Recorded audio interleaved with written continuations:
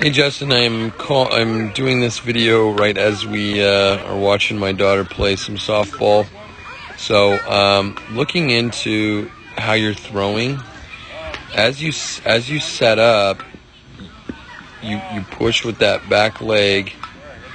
You should be pushing more with that back leg than the front leg, but there's almost a backward push with that front leg, and then getting into your back leg and then transferring.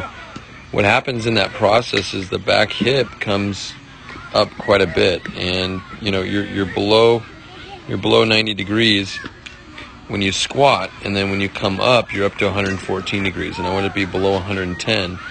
There's just your hips stay really high. It's going to be very hard for you to. That's like hitting a home run. So out of that front knee, let's look at that front knee as you set up. You set up pretty good.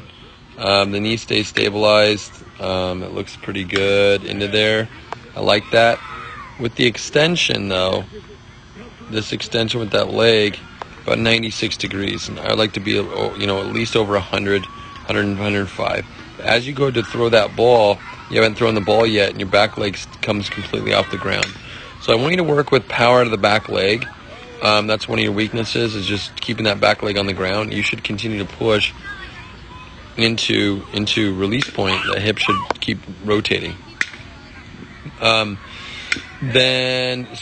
power to the back legs. You need to extend a lot further. You need to push longer. Keep that back leg on the ground. Your angle at your front leg is good, so that's not an issue. Let's look at your posture at release point. See how your hip comes up to throw the ball?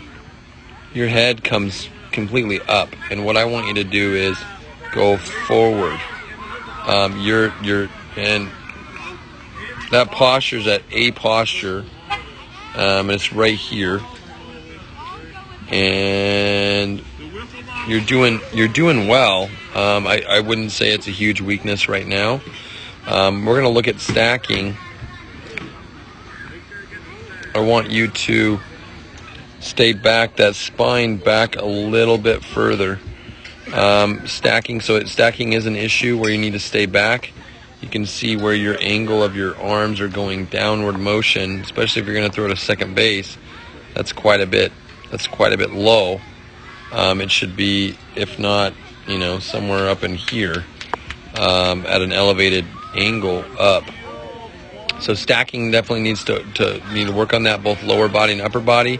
Just off the top of my head, 212 squats, box drill 1, box drill 2, something like that.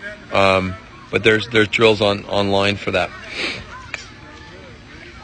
So stacking. So look at your front glove.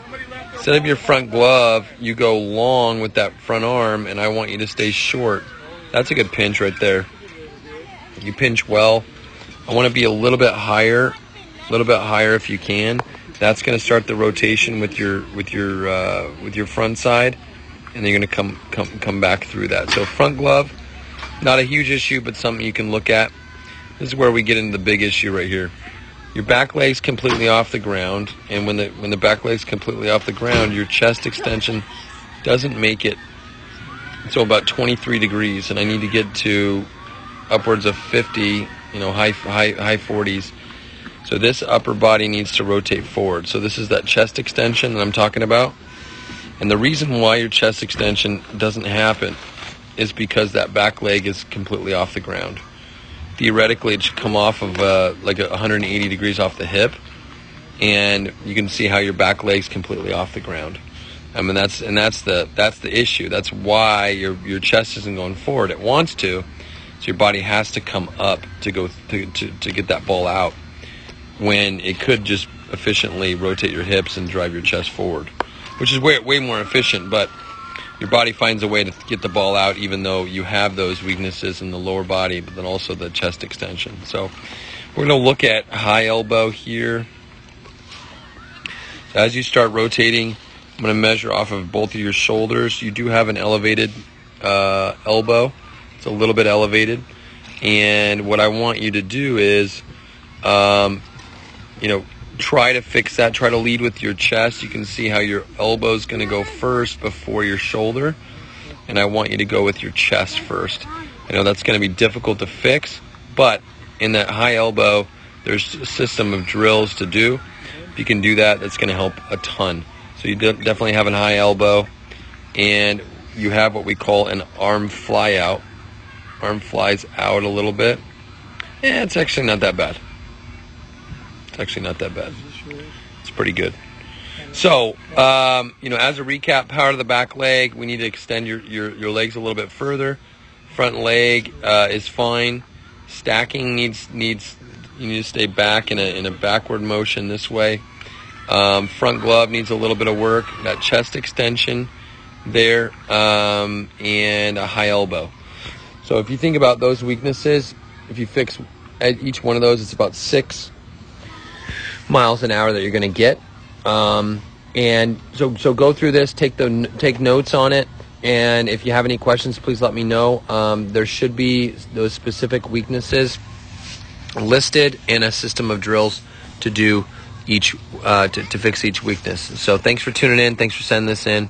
Talk to you soon.